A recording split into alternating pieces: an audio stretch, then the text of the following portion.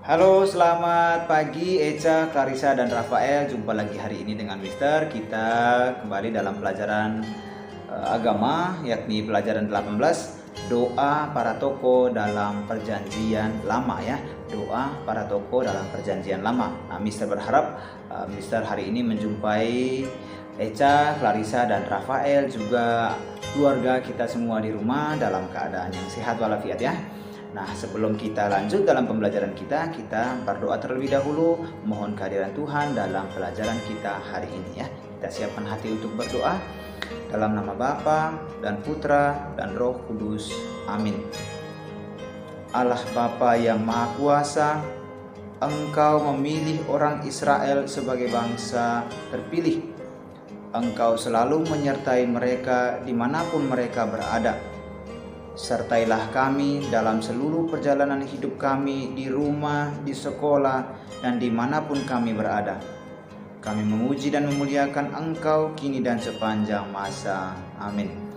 Kemuliaan kepada Bapa dan Putra dan Roh Kudus, seperti pada permulaan, sekarang, selalu, dan sepanjang segala abad. Amin. Dalam nama Bapa dan Putra dan Roh Kudus. Amin. Eca, Clarissa, dan Rafael, dalam doa pembukaan tadi kita mendengar, kita juga mendoakan bahwa bangsa Israel adalah bangsa pilihan Allah. Mereka menganggap bahwa seluruh kehidupan mereka selalu bersama dan dibimbing oleh Tuhan sendiri. Nah, dalam kitab suci banyak diceritakan tentang bagaimana Allah menyertai ya. Tuhan menyertai, kalau dalam bahasa Israel itu namanya dipanggil Yahweh. Yahweh menyertai bangsa Israel ya.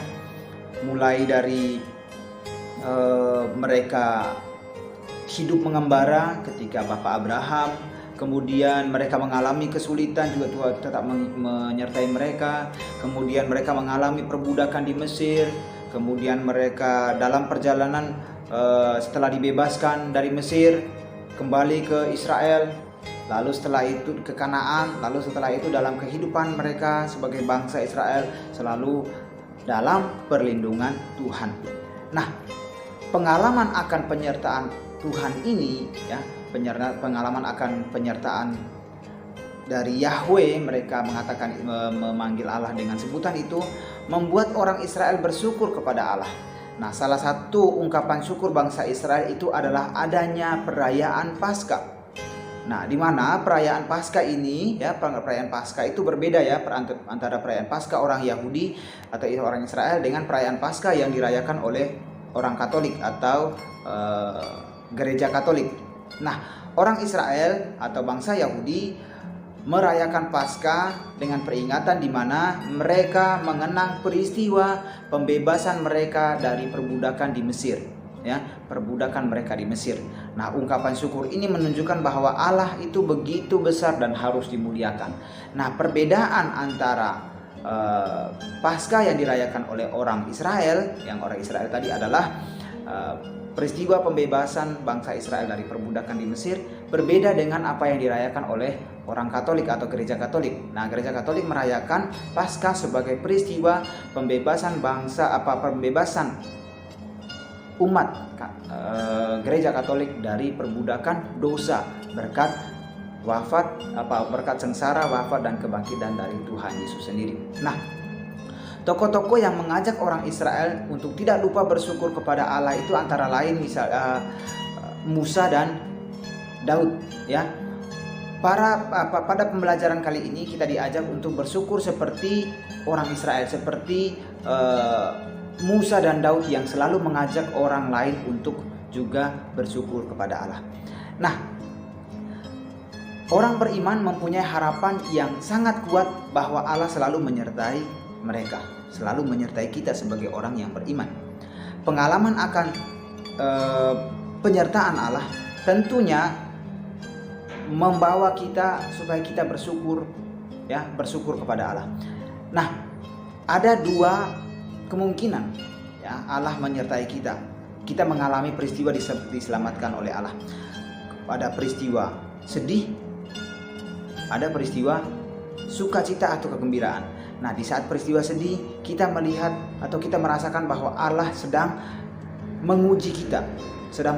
Apakah kita kuat? Apakah kita selalu berserah diri kepada Tuhan? Nah, ketika peristiwa gembira, kita merasa bahwa Allah sungguh mencintai kita. Melalui lewat siapa? Lewat orang-orang di sekitar kita. Nah, itulah bukti penyertaan Allah bagi kita. Tidak langsung Allah turun dari surga untuk menegur atau menyelamatkan kita, tetapi melalui orang-orang di sekitar kita. Nah, kita baca bersama cerita tentang Tuhan datang menolong aku, ya, di halaman 59. Ada seorang laki-laki tinggal di dekat sebuah sungai. Musim hujan sudah tiba. Hampir setiap hari hujan turun. Pada suatu hari terjadi bencana di daerah tersebut. Permukaan sungai semakin lama semakin naik dan akhirnya terjadilah banjir. Saat banjir sudah mulai setinggi lutut orang dewasa, daerah tersebut mulai terisolir. Orang-orang sudah banyak mulai mengungsi dari daerah tersebut, takut kalau permukaan air semakin lama semakin tinggi. Berbeda dengan orang lain, laki-laki itu tampak tenang saja tinggal di rumahnya. Ya, dia tidak mengungsi. Akhirnya datanglah truk penyelamat berhenti di depan rumahnya. "Pak, cepat masuk ikut truk ini. Nggak lama lagi banjir akan semakin tinggi," teriak salah satu regu penolong ke lelaki tersebut. "Tidak, terima kasih. Kalian menolong orang lain saja. Saya pasti akan diselamatkan oleh Tuhan. Saya kan sangat rajin berdoa," jawab laki-laki itu. Setelah beberapa kali membujuk tidak bisa, akhirnya truk tersebut melanjutkan perjalanan untuk menolong orang lain. Permukaan air semakin tinggi. Ketinggian mulai mencapai 1,5 meter. Lelaki tersebut masih di rumah, duduk di atas almari. Datanglah regu penolong dengan membawa perahu karet dan berhenti di depan rumah lelaki tersebut. "Pak, cepat ke sini naik perahu ini. Keadaan semakin tidak terkendali. Kemungkinan air akan semakin meninggi," kata regu penolong. "Terima kasih. Tidak usah menolong saya. Saya adalah orang yang beriman. Saya yakin Tuhan akan menyelamatkan saya dari keadaan ini," kata laki-laki itu. Perahu dan regu penolong pun pergi tanpa dapat membawa laki-laki tersebut. Banjir semakin lama semakin besar. Ketinggian air sudah semakin tinggi sehingga air sudah hampir menenggelamkan rumah-rumah di situ. Lelaki itu nampak di atas bubungan rumahnya sambil terus berdoa. Dia duduk di atas bubungan rumahnya, di atas atapnya. Datanglah sebuah helikopter dan regu penolong. Regu penolong melihat ada seorang laki-laki duduk di atas bubungan atau atap rumahnya. Mereka melempar tangga tali dari pesawat. Dari atas terdengar suara dari megafon, "Pak, cepat pegang tali itu dan naiklah ke sini." Tetapi laki-laki tersebut menjawab dengan berteriak, "Terima kasih, tetapi Anda tidak usah menolong saya. Saya orang yang beriman dan rajin berdoa. Tuhan pasti akan menyelamatkan saya." Ya, bayangkan sudah beberapa orang yang datang menolong dia tidak mau. Ya. Ketinggian banjir semakin lama semakin naik dan akhirnya seluruh rumah di daerah tersebut sudah terendam seluruhnya. Bagaimana nasib lelaki tersebut? Lelaki tersebut akhirnya mati tenggelam. Ya. Di akhirat, ya, dia sudah mati. Di akhirat dia dihadapkan pada Tuhan. Lelaki ini kemudian mulai berbicara dengan nada protes. "Ya Tuhan, aku selalu berdoa padamu, selalu ingat padamu. Tetapi mengapa Engkau tidak menyelamatkan aku dari banjir itu?" Tuhan menjawab dengan singkat, "Aku selalu mendengar doa-doamu, dan untuk itulah aku telah mengirimkan truk, kemudian perahu, dan terakhir pesawat helikopter. Tetapi mengapa kamu tidak ikut salah satu pun?" Lelaki itu pun malu karena ia tidak menyadari bantuan Tuhan lewat orang-orang yang datang menolongnya. Ya, itu dia cerita. Tuhan datang menolong saya. Tuhan datang menolong aku. Nah, seperti yang Mister katakan tadi, bahwa sebelum cerita tadi, bahwa Tuhan tidak langsung datang dari surga dengan wujudnya yang luar biasa untuk menyelamatkan kita, tetapi lewat orang-orang di sekitar kita. Ada orang tua kita yang selalu membantu kita, ada teman-teman kita di sekolah, ada guru di sekolah yang selalu membantu kita untuk mendapatkan ilmu pengetahuan. Itulah bantuan Tuhan bagi kita, penyertaan Tuhan bagi kita. Nah, kita harus bersyukur untuk bantuan-bantuan yang diberikan Tuhan bagi kita melalui sesama kita. Apapun keyakinan, apapun agamanya, selalu membantu. Namanya juga sesama. Jadi Tuhan menggunakan orang-orang yang ada di sekitar kita untuk membantu, untuk menyertai perjalanan kehidupan kita. Nah, berikut ini kita tonton dulu 2 video nyanyian Musa dan juga perayaan Paskah Yahudi. Kita tonton video bagaimana bangsa Israel mengucapkan syukur atas penyertaan Tuhan bagi mereka. Oke? Selamat menonton.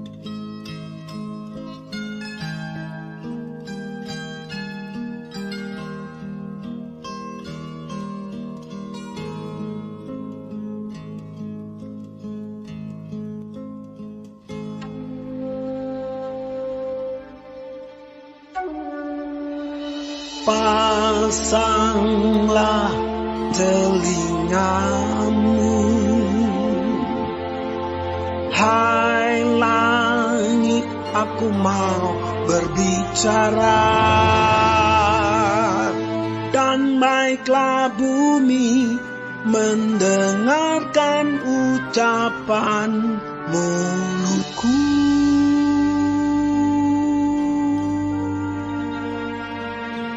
Mudah-mudahan pengajaranku menitik laksana hujan, perkataanku menetes laksana embun, laksana hujan renai ke atas tunas muda, dan laksana dirus hujan ke atas tumbuh-tumbuhan.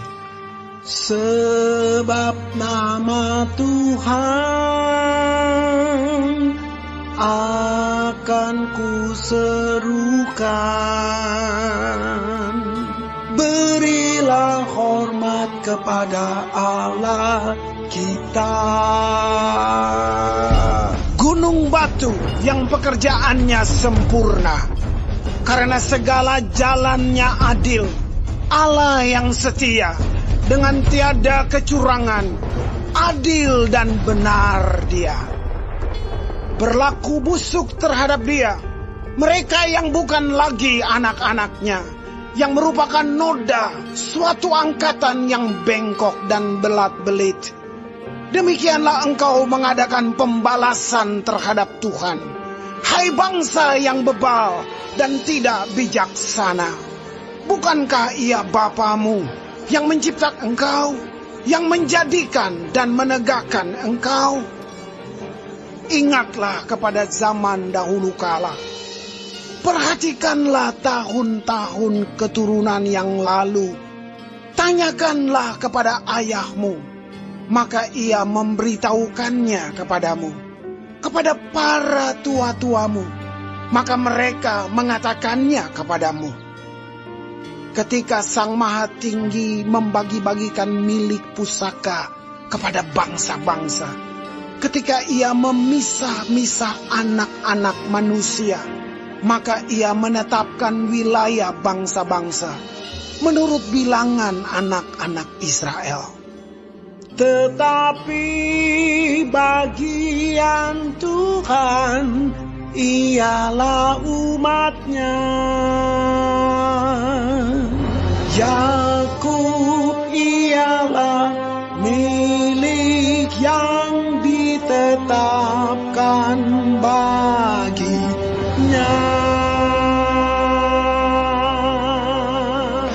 Didapatinya dia di suatu negeri, di padang gurun, di tengah-tengah ketandusan dan auman padang belantara. Dikelilinginya dia dan diawasinya, dijaganya sebagai biji matanya. Laksana Raja Wali menggoyang bangkitkan isi sarangnya, melayang-layang di atas anak-anaknya, mengembangkan sayapnya, menampung seekor dan mendukungnya di atas kepaknya. Demikianlah Tuhan sendiri menuntun dia, dan tidak ada Allah asing menyertai dia. Dibuatnya dia berkendaraan mengatasi bukit-bukit di bumi, dan memakan hasil dari ladang. Dibuatnya dia mengisap madu dari bukit batu, dan minyak dari gunung batu yang keras. dadih dari lembu sapi, dan susu kambing domba, dengan lemak anak-anak domba, dan domba-domba jantan dari Basan, dan kambing-kambing jantan, dengan gandum yang terbaik, juga darah buah anggur yang berbuih engkau minum.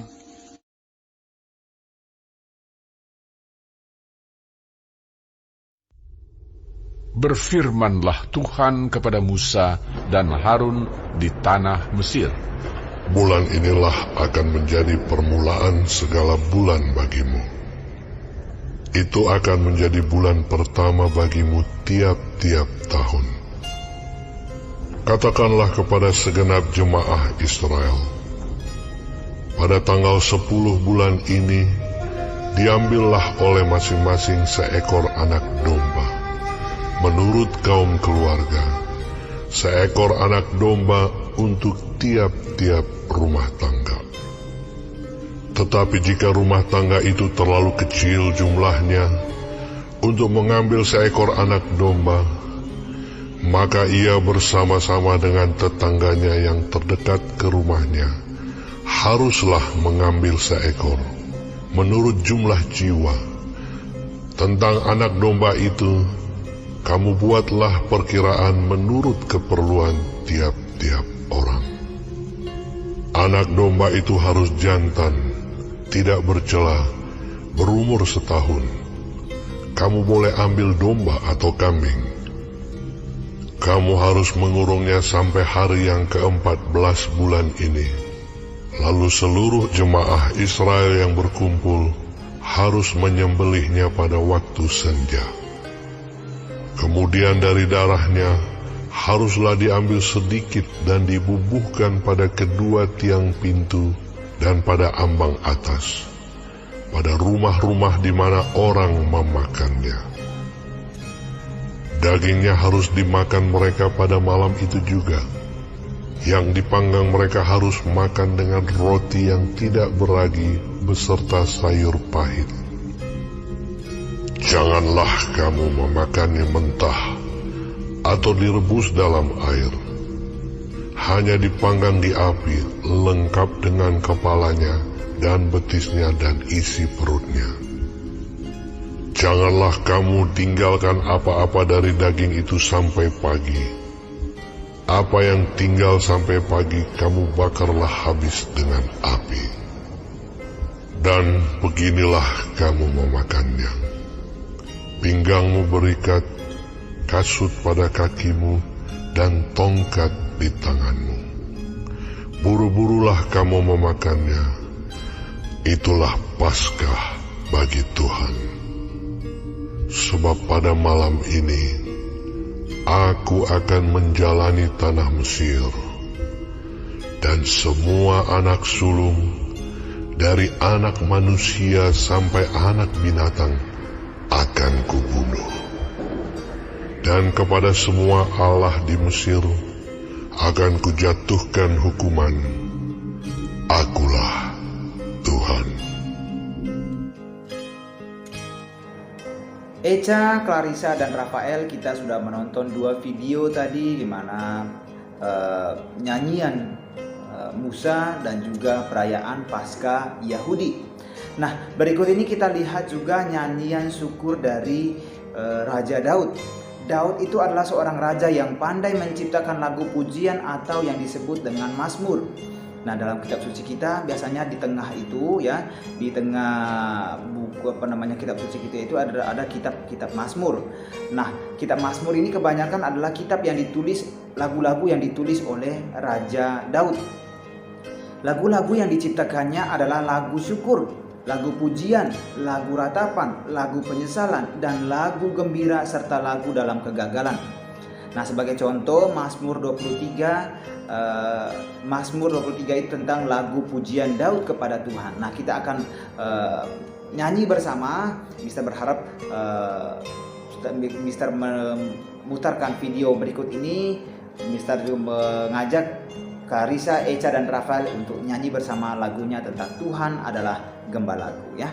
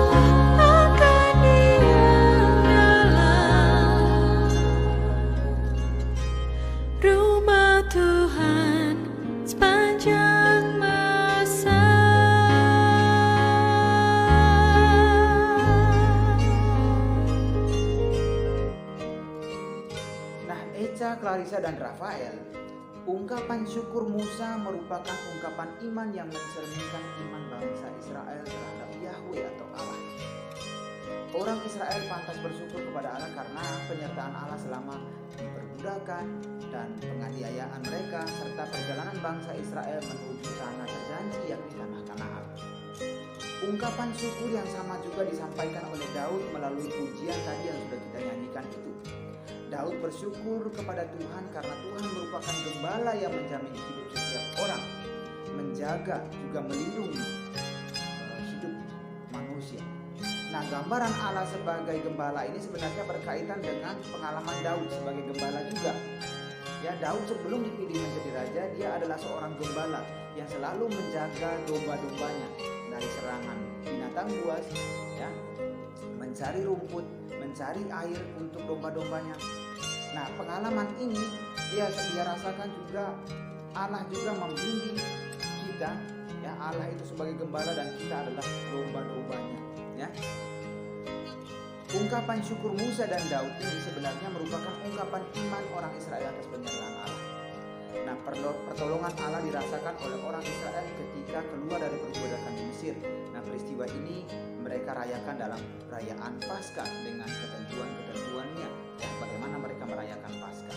Dengan makan daging domba dan juga dengan roti yang tidak beragi, juga dengan sayur pahit, lalu dengan makan secara terburu-buru. Nah, itu dia perayaan Paskah bagi orang Israel.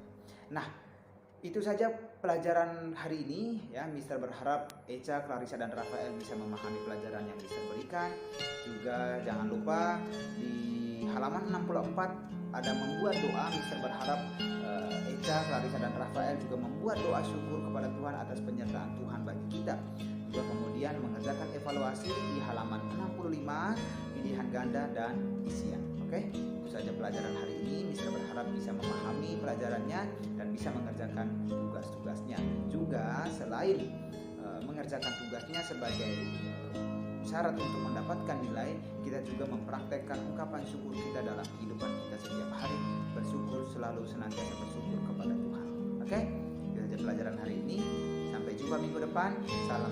Selamat pagi dan salam sehat, nak.